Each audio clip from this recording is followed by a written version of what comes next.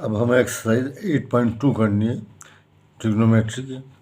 सिर्फ values put करनी है। वैल्यूज़ मैंने आपको बताई दी हैं, टेबल पहले बना कर दिखाई थी, वो सब आपको याद हो जाना चाहिए। लेकिन फिर भी मैं आपको रिवाइज कर देता हूँ। साइन 0 0 होता है और साइन 90 1 होता है। लेकिन इसके साथ साथ अगर 45 का एंगल हो तो देखिए आपको याद करने में आसानी रहेगी। 45 ये तो 90 का है, ये 45 है, ये 45 है, क्योंकि सबका सम 180 होता है। तो इसमें ही दोनों साइडें बराबर हैं और ये जो है पाइथागोरस थ्योरम से √2 आ जाता है। तो अब साइन 45 1/√2, कॉस 45 1/√2, टेंजेंट 45 1/1। ठीक है, 1 आ जाएगा। बाकी को आप रेसिप्रोकल ले सकते हैं। साइन का रेसिप्रोकल कॉसेक थीटा होता है, कॉसेक और कॉस का सेक और टेन का कॉट। ये तो आप इस तरह से याद कर सकते हैं। और अगर 30 और 60 दोनों की एक ही फिगर बन जाएगी। ये मैं आप लिख देता हूँ, ये साइड ज़रा बड़ी लग रही है तो ये 60 का एंगल लिखना पड़ेगा, ये 30 का। इसमें जो है याद रखिए कि ये तो 2 होता है, हाइपोटेन्यूज 2 होगा और 30 के सामने जो है साइड 1 है और इसके सामने √3 है। अब देख लीजिए, साइन 30 1/2, कॉस 30 √3/2, टेंजेंट 30 1/√3, बाकी को सब रेसिप्रोकल ले लेंगे। ठीक है, और याद रखें साइन 0 0 और कॉस 0 1। ये कॉस में इसका उल्टा हो जाता है, कॉस 0 1 होता है और कॉस 90 0 होता है। बाकी देखते हैं। तो पहला क्वेश्चन जो है, ये सब वैल्यूज ही रखनी है सब। फर्स्ट पार्ट में sine 60 cos 30, sine 30 cos 60। Exercise 8.2 part 1 क्या है, sine 60 cos 30 plus sine 30 cos 60। सबसे अच्छा तरीका इसका यही है कि आपको वैल्यूज याद हो। लेकिन अब याद नहीं है अगर, तो आप साइन 60 देखना है, यह 60, ये √3/2 opposite side upon hypotenuse. Cos 30 ये देखना है, 30 ये है तो इसके साथ adjacent side upon hypotenuse √3/2 plus sine 30 देखना है, opposite side upon hypotenuse. Cos 60 देखना है तो adjacent side upon hypotenuse, adjacent side ये है 60 की, इंटू 1/2। ठीक है, लेकिन सबसे आसान तरीका ये है कि इसे याद कर लें। वैल्यू √3 और √3 को मल्टीप्लाई करते हैं तो 3 आता है। ये भी याद रखने वाली बात है कि √3 को √3 से मल्टीप्लाई करेंगे तो 3 आएगा, √2 को √2 से मल्टीप्लाई करेंगे तो 2 आएगा, √5 को √5 से मल्टीप्लाई करेंगे तो 5 आएगा, है ना। इस तरह से कैंसिल हो जाता है। प्लस 1/4,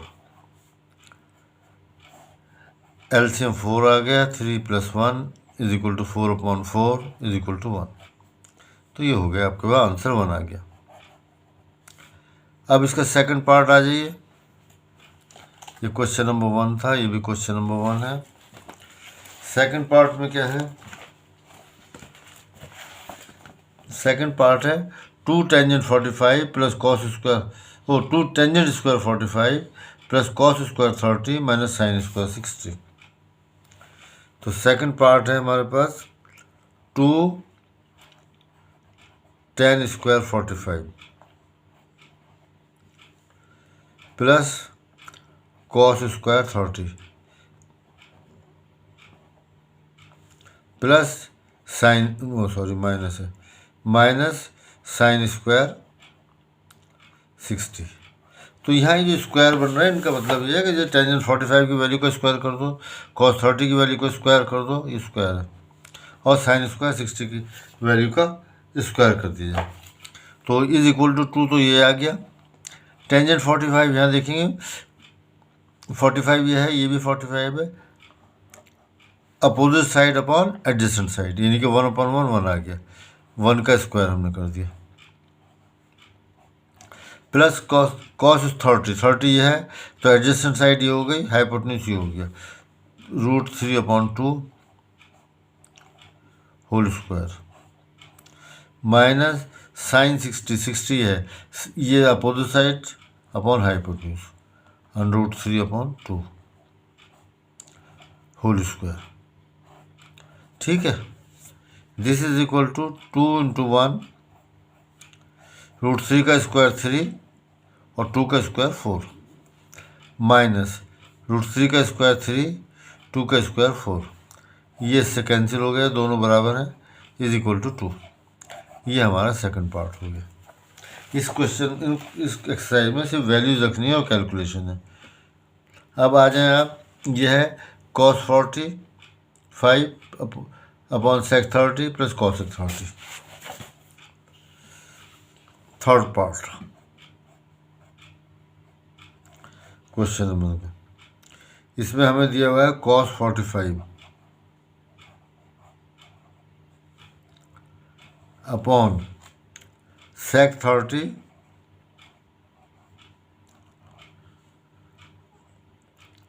और प्लस cos 30।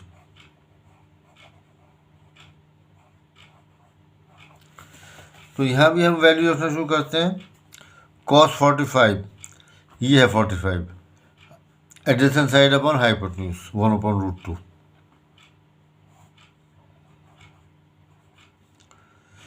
देखिए सेक की आप वैल्यू ऐसे याद रखिए, कॉस का रेसिप्रोकल होता है, तो cos 30 कितना होगा, cos 30 हो जाएगा √3/2, तो ये हो जाएगा 2/√3। ठीक है ना, इसका रेसिप्रोकल होता है तो इसकी वैल्यू उल्टी हो जाएगी। कॉसेक उल्टा होता है साइन का, ठीक है ना, इन्वर्स होगा इस साइन का, तो साइन 30 होता है 1/2, तो ये 1/2 का रेसिप्रोकल 2 हो गया। अब आपको यहाँ पर स्क्वायर रूट लेना है इसका, सॉरी एलसीएम नीचे हल करना है, ऊपर ऐसे रहने देना है। अभी ऊपर तो कुछ कर नहीं सकते, अकेला ही नंबर है, नीचे फ्रैक्शन है तो इसका एलसीएम लेना होगा,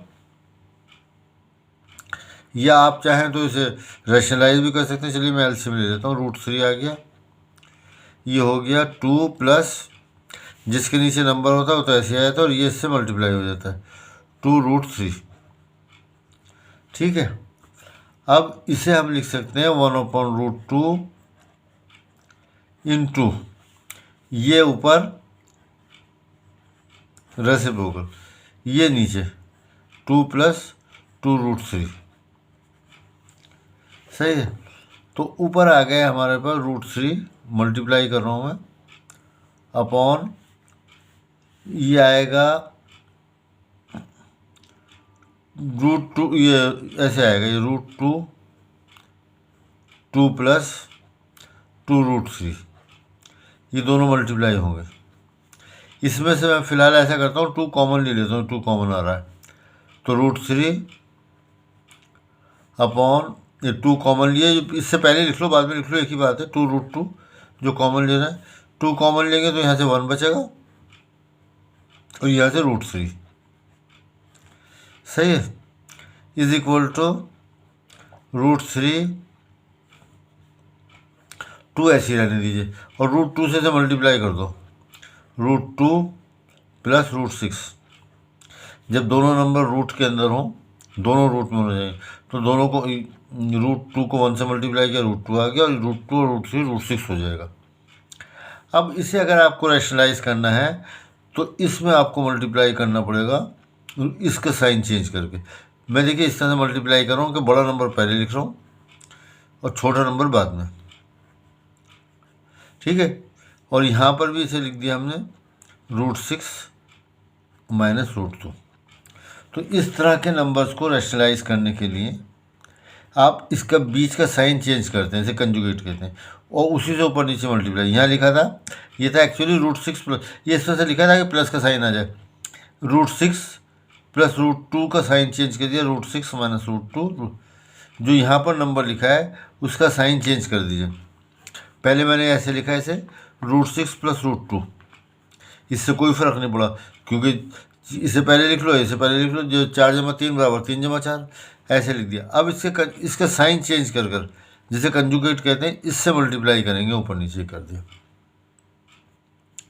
ऊपर मल्टीप्लाई कर लीजिए √3 को √6 से, दोनों रूट के अंदर है तो मल्टीप्लाई हो सकता है, √18। और देखिए ये भी ऐसे रूट में है तो ये आ गया √6। ठीक है, नीचे 2 तो ऐसे ही आ गया, इन दोनों को मल्टीप्लाई किया a माइनस बी और a प्लस बी। चलो मैं साथ साथ लिख लेता हूँ। पहले मैं इसको इस तरह से लिख लेता हूँ, √6 प्लस √2। सही है। प्लस के नंबर में पहले बाद में कोई फर्क नहीं होता, माइनस में फ़र्क पड़ जाता है। 4 जमा 3 भी 7 होता है, 3 जमा 4 भी 7 होता है, लेकिन 4 माइनस 3 और 3 माइनस 4 अलग होते हैं। तो ये हो गया √6 माइनस √2। देखिए 18 के अगर आप फैक्टर्स करें तो ये आएगा 2 निम 18, 3 तिया 9, 3 एकम 3। तो ये 3 का तो पेयर बनेगा, 2 का पेयर नहीं बनेगा। तो जिसका पेयर बन गया वो तो बाहर आ गया, जिसका पेयर नहीं बना वही आ जाएगा। √6 के फैक्टर होंगे 2 इंटू 3, उसमें तो कोई बाहर नहीं आएगा, कोई पेयर नहीं बन रहा। तो इसको आप ऐसे लिख देंगे अपॉन 2, ये a प्लस बी, ये a माइनस बी। फॉर्मूला होता है हमारे पास a² माइनस b², √6 का स्क्वायर माइनस √2 का स्क्वायर। ठीक है। फॉर्मूला मैंने लगाया है a plus B into a minus B, a plus B a minus B is equal to a² minus b²। सही है। ऊपर एज इट इज ही रहेगा 3√2 माइनस √6 अपॉन आ जाएगा 2 ब्रैकेट 6, रूट और स्क्वायर कैंसिल हो जाते हैं, याद रखिए, रूट और square cancel, -2 and this is equal to 3√2 minus √6 upon 2 ऐसे आ गया, और 2 6 में से 2 गया, 4 बचे, है ना, 8 हो गए। तो हमारे पास आंसर आ रहा है 3√2 माइनस √6 अपॉन 8। देखिए इसके अंदर जो है क्या है, कैलकुलेशन है इसकी, रेशनलाइजेशन, वैसे और कुछ नहीं है, और वैल्यू जी आपने रखी है। अगर आप एग्ज़ाम में, मैं समझता हूँ इसको कहाँ तक कर दें, यहाँ तक अगर आप कर लें इस जगह तक, तो उन्हें मार्क्स दे देना चाहिए। दूसरी बात ये है, नहीं दूसरी बात क्या, बस 8 पर मैं आंसर देख रहा हूँ कि इसका आंसर ज़रा लंबा है ना आंसर, तो इसलिए आंसर देख रहा हूँ। 8 पॉइंट, ये एक्सरसाइज है 8.2, 8.2 में आ रहा है, ये 8.1 हो गया, 8.2 की तरह भाई, ये 3√2 माइनस √6 अपॉन 8, ठीक है आंसर।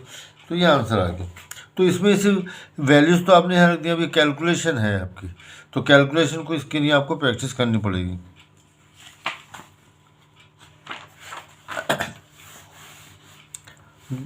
और दूसरा हो सकता है कि क्योंकि MCQ है तो इतनी बड़ी कैलकुलेशन का आपको क्वेश्चन न दें, लेकिन इसके चांसेस काफ़ी हैं कि इस एक्सरसाइज में से कोई क्वेश्चन आएगा, क्योंकि इससे आपकी वैल्यूज चेक होगी कि बच्चों को वैल्यूज याद है या नहीं है, तो इसलिए वो इसमें से क्वेश्चन दे सकते हैं। ये अलग बात है कि इतनी लंबी कैलकुलेशन करने दें, लेकिन अगर आप ये कर लेंगे तो वो क्वेश्चन आसानी से हो जाएंगे। तो नेक्स्ट क्वेश्चन है sin30, फोर्थ पार्ट है sin30 plus tangent 45 minus cosec 60। ठीक है, ये वैल्यूज़ आपके पास आ रही हैं। वो डिनोमिनेटर में भी है, डिनोमिनेटर आ जाएगा हमारा sec30 प्लस cos 45, नहीं cos 60 प्लस cot 45। ठीक है, तो चेक कर लेते हैं हम। sin30 plus tangent 45 minus cosec 60, denominator में sec30 cos 60 cot 45। सही है। अब वैल्यू रखिए, मैं एक मिनट ये ट्रायंगल फिर बना देता हूँ, ताकि आप, मैं इसलिए बना रहा हूँ ताकि आपको याद हो, मुझे वैल्यूज याद है, ऐसा नहीं है कि मुझे याद ना हो। हाँ, ये 30 एंगल है तो ये 60 है, ये बताया था 2 आएगा, और 60 के सामने √3 है, और इसके सामने 1 है। ठीक है, तो sin30, ये 30 है, ये opposite side upon hypotenuse 1/2 plus tangent 45, उसके लिए अलग बनाना पड़ता है। 45 के लिए 1 था, ये 1 था, ये √2, तो tangent 45 1/1 minus cos x 60। Cos x 60 के लिए आप साइन 60 की वैल्यू याद करिए, साइन का रेसिप्रोकल होता है, तो साइन 60 होगा आपका √3/2, तो ये हो जाएगा 2/√3। ठीक है, डिनोमिनेटर में आ जाए आप। सेक 30, सेक किसका रेसिप्रोकल है? कॉस का, तो कॉस 30 होगा √3, ये एडजेसेंट साइड, √3/2, तो ये हो जाएगा 2/√3। फिर है कॉस 60, कॉस 60 के लिए एडजेसेंट साइड 1 है और ये 2 है, हाइपोटेन्यूज 1/2। और यहाँ से आ गया कॉट 45, कॉट 45 10 का अपोजिट होता है, 10/45 कितना है? 1/1, तो वो भी 1/1 हो जाएगा। ठीक है, कुछ नंबर्स ऊपर नीचे एक ही आ गए हैं, सिर्फ फ़र्क ये है कि ये जो है इस टर्म में फ़र्क है, बाकी सब ऐसे ही हैं। तो पहले मैं ऐसे ही करता हूँ, इन नंबरों को ऐड कर लेता हूँ। देखिए, इसको ऐड करने का आसान तरीका यह है, कैल्शियम लेके तो करते हैं, 2 को इससे मल्टीप्लाई करो और ये ऐड कर दो। 2 1 2 + 1 3, 3/2। अगर ये माइनस 2/√3, इसमें भी पहले नंबर्स को ऐड कर लीजिए, तो ये 2 ही कम 2 और 1 3, 3/2। ये जो है आपके पास ऐसे आ जाएगा प्लस 2/√3। अब हम इसका ऊपर और नीचे एलसीएम लेकर सॉल्व करते हैं। ऊपर एलसीएम आ गया 2√3, 2 से डिवाइड किया तो √3 आया, तो ये हो गया 3√3 माइनस 3 से डिवाइड किया तो ये ख़त्म हो गया, 2 आ गया और ये 4 आ जाएगा। इसी तरह से नीचे आपको कैलकुलेशन करना है, 2√3 इसका एलसीएम आ गया, 2 से डिवाइड किया √3 आया, 3√3 प्लस √3 से डिवाइड किया ख़त्म हो गया, +4 ये आ गया। सही है, आगे चलें आप इसे, तो ये आ जाएगा 3√3 -4/2√3। इसका रेसिप्रोकल लिखना पड़ेगा, ये नीचे वाली लाइन जो है ना इसका, तो 2√3 ऊपर आ गया और नीचे आ जाता है 3√3 +4। यहाँ ये इससे कैंसिल हो गया और ये आ जाएगा 3√3 -4 3√3 +4। इसे रैशनलाइज करने का तरीका भी मैंने बताया था कि जब ये जो बीच में साइन हो इनके, इसको बदल दीजिए, उससे ऊपर नीचे मल्टीप्लाई कीजिए। यह है 3√3 और ये -4। डिनोमिनेटर को देखते हैं इसका, नहीं इस नीचे वाले का, जो नंबर ऊपर लिखा है वही नंबर नीचे लिखेंगे। ठीक है, और नंबर जो लिखे तो इसका ये मतलब नहीं कि हम इससे कैंसिल कर दें, उन्हें लिखने से फ़ायदे क्या। अब ऊपर जो है आप देखिए 3√3 -4 है, इधर भी 3√3 -4 है, तो एक तरह से 3√3 -4 का होल स्क्वायर आ गया। और नीचे जो है a + b और a - b, वही a² - b², ये आ जाएगा 3√3 होल स्क्वायर, ये तो a² हो गया, -b², ये 4 का स्क्वायर हो जाएगा। ठीक है, इसके ऊपर के लिए आपको फॉर्मूला याद होना चाहिए a - b होल स्क्वायर का, वो होता है a² - 2ab + b²। यहाँ पर a 3√3 है, b -4 है, तो ये हमारे पास आएगा 3√3 का होल स्क्वायर -2ab, 2 × 3√3 × 4, ठीक है, 2ab, फिर उसके बाद है +b², +b² का मतलब है 4 का स्क्वायर। सही है, अपॉन 3 का देखो, 3 का स्क्वायर हो गया 9 और √3 का स्क्वायर हो गया 3। ठीक है, इसका स्क्वायर कैसे किया है मैंने? 3 का स्क्वायर 9 और ये रूट और -16, 4 का स्क्वायर 16।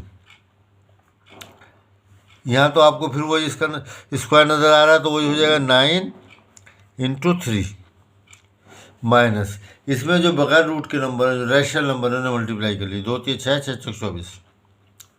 रैशनल नंबर को जो रूट का यहाँ पे इत्तेफाक से अकेला है, अगर 2 होते तो उन दोनों को भी मल्टीप्लाई कर लेते। 16। ठीक है, डिनोमिनेटर में आ गया 9 3 27 -16। अब आ जाए आप ऊपर 27 -24√3 +16। नीचे आ गया 7 में 6 गया 1 बचा, 2 में से 1 गया 1 आ गया। ऊपर जो है आपके पास 27 और 16 दोनों जमा हो रहे हैं। 6 और 7 43, 6 और 7 13, 1 हाथ से लगा 1 और 2 -24√3 अपॉन 11। ये हमारा आंसर आ गया। ठीक है, अब क्वेश्चन नंबर 1 का लास्ट पार्ट है। क्वेश्चन नंबर 1 का लास्ट पार्ट यानी कि 5th पार्ट। इसमें आपको दिया हुआ है 5 cos square 60 plus 4 sec square 30 minus tangent square 45 upon sine square 30 plus cos square 30। ठीक है, अगर आपको वैल्यूज याद होंगी तो आप एकदम लिखते चलेंगे। 5 ऐसे ही आ गया। cos 60 की वैल्यू आप यहाँ से देखेंगे, जैसे मैंने बताई, अगर याद है तो बहुत अच्छी बात है। ये 1/2 होता है स्क्वायर, और याद नहीं है तो याद करें इसे। प्लस 4 sec 30 के लिए cos 30 की वैल्यू याद करें, √3/2 आ जाएगी यहाँ से देखेंगे तो ये हो जाएगा 2/√3, और क्योंकि स्क्वायर है तो स्क्वायर आ गया इस पर। टेंजेंट 45 यहाँ से देखेंगे, ये भी 1, ये 45 है ना यहाँ पर, ये भी 1 ये भी 1, तो 1/1 1 आ गया, तो 1 का स्क्वायर।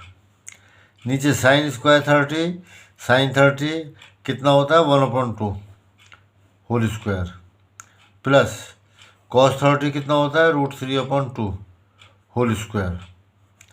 ठीक है, अब आप आ जाए, हम सॉल्व कर रहे हैं 5 × 1/2 का स्क्वायर 1/4, ये आएगा 4 × 4/3, 4 2 का स्क्वायर 4 और √3 का स्क्वायर 3, और ये -1 अपॉन ये 1/4 आ गया, ये प्लस 3/4 आ गया। 3 √3 का स्क्वायर 3 और 2 का 4। अब ऊपर मल्टीप्लाई करके लिखते हैं तो ये आएगा 5/4 प्लस 16/3, 5/4 प्लस 4 × 16/3, 16/3, और ये आ गया आपके पास -1 अपॉन इक्वल टू का साइन यहाँ लगा लीजिए। ये आ जाएगा, एलसीएम लिया हमने 4, और यहाँ से आ गया, देखिए एक जगह से 1 आया, यहाँ से 3 आ गया। डिनोमिनेटर सेम हो तो न्यूमिनेटर ऐसे ऐड हो जाते हैं। इज इक्वल टू 5, अच्छा ये भी एलसीएम ले लीजिए। 4 3 और 1 का एलसीएम 12 आ गया। 4 से 12 को पहले डिवाइड करते हैं। तरीका क्या है, जो एलसीएम लिया है आपने उसे डिनोमिनेटर से डिवाइड करें इससे, और जो आए डिवाइड होके उसे न्यूमिनेटर से मल्टीप्लाई कर दें। तो 4 से हमने 12 को डिवाइड किया, 4 एलसीएम को 4 × 12 और इसे न्यूमिनेटर ऊपर से मल्टीप्लाई किया, 3 × 5 = 15 प्लस 3 से जैसे एलसीएम को डिनोमिनेटर 3 से 12 को 4 आया, 4 को 16 से मल्टीप्लाई किया, 16 × 4 = 64 माइनस। यहाँ पे ऐसे भी याद कर सकते हैं कि इसको 12 को 1 से मल्टीप्लाई करना है, वरना एक तरीका यह है कि इसके नीचे 1 है, एलसीएम 12 है, 1 से 12 को डिवाइड करेंगे 12 आएगा, 12 से 12 को मल्टीप्लाई किया जाएगी, वरना सीधी सी बात यह है कि इस नंबर को 1 से मल्टीप्लाई कर देते हैं। अपॉन नीचे आ जाएगा 4/4, 3 और 1 4, और ये आप देख सकते हैं 1 आ गया, कैंसिल हो गया। अब इसे हमें लिखने 1 को लिखने की ज़रूरत नहीं, इन्हें दोनों को जमा किया हमने, 5 और 4 9, और 6 और 1 7, 12 upon 12, this is equal to 7 आ गया, ये इस 7 में से 1 गया 6 अपॉन 12, 67/12 आ गया, 8.2 का 5th पार्ट। ठीक है, तो ये वैल्यू जो है, जो मैंने आपको तरीका, अगर जब तक याद नहीं हो रही, जो तरीका मैंने बताया है ट्रायंगल बनाने का, वो बहुत शॉर्ट है। वो बड़ी जो उसमें दी हुई ट्रायंगल चार्ट दे रखा है वो काफ़ी बड़ा है, उसे उसे बनाने में भी आपको टाइम लगेगा, और इसे बना आराम से 67/12। ठीक है, क्वेश्चन नंबर 2, इसके भी 1-2 पार्ट कर लेते हैं, बाकी फिर कल देख लेंगे। क्वेश्चन नंबर 2 में 2 का फर्स्ट पार्ट ये दे रखा है, 2 टेंजेंट 30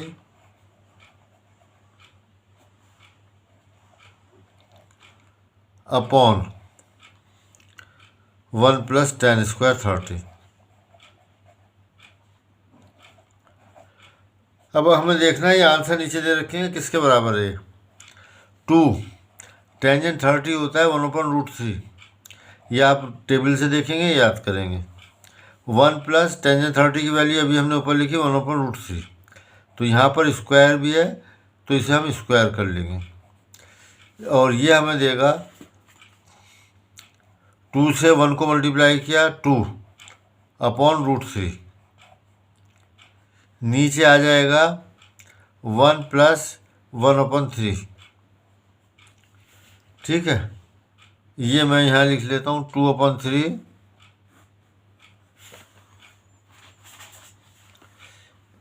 ये जो है ना 2/√3 अपॉन ये अपॉन एलसीएम इसका 3 आ गया।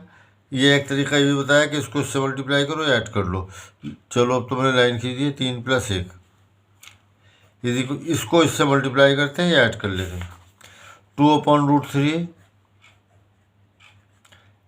और देखिए ये हो जाएगा 3, और 3 और 1 4, ये 4 मैंने ऐसे ही लिख दिया, तो यहाँ ये कैंसिल होके आ गया, 2 × 2, 2 दूनी 4, 3/√3, और ये 2 है, यहाँ लिख दिया।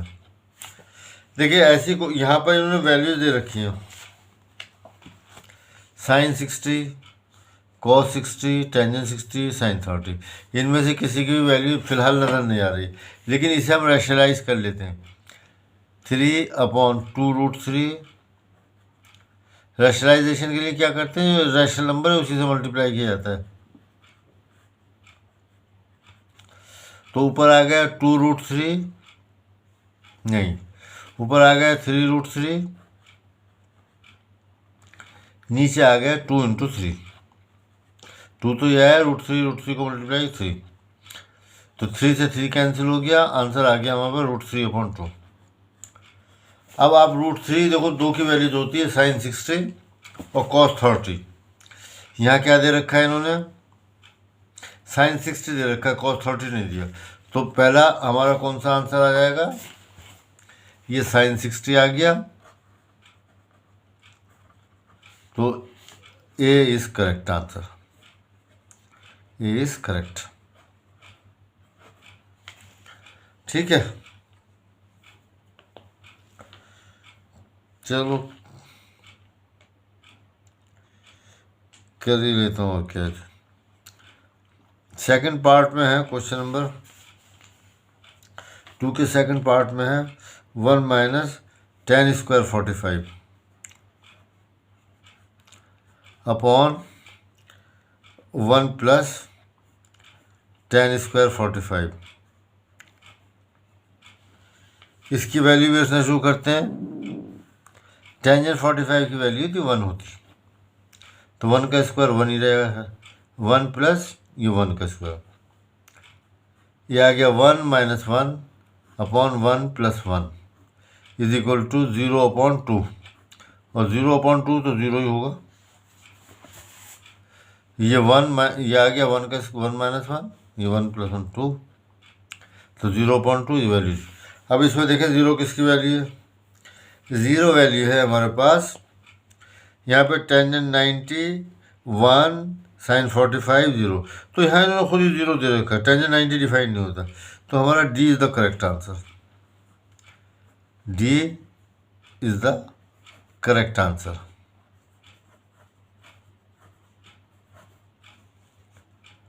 सही है। अब बाकी जो है इसके जो क्वेश्चन रह गए थे 2-3 पार्ट्स, और ये जो है ये हम कल करेंगे, ठीक है, नेक्स्ट वीडियो में, तो इसको रिवाइज कर लीजिए। Thank you very much.